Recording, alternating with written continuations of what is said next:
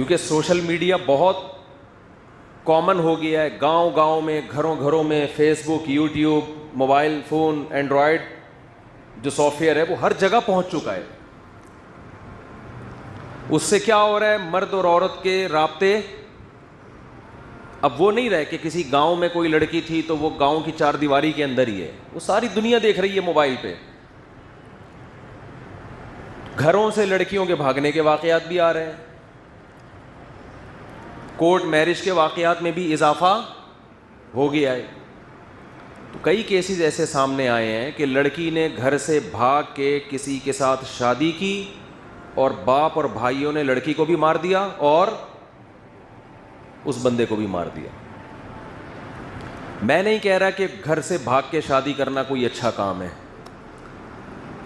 لیکن خوب سمجھ لو کہ گھر سے بھاگ کے شادی کرنا اگر برا کام ہے تو اس بیس پہ دونوں یا کسی ایک کو قتل کر دینا اس سے ہزارہا زیادہ برا کام ہے.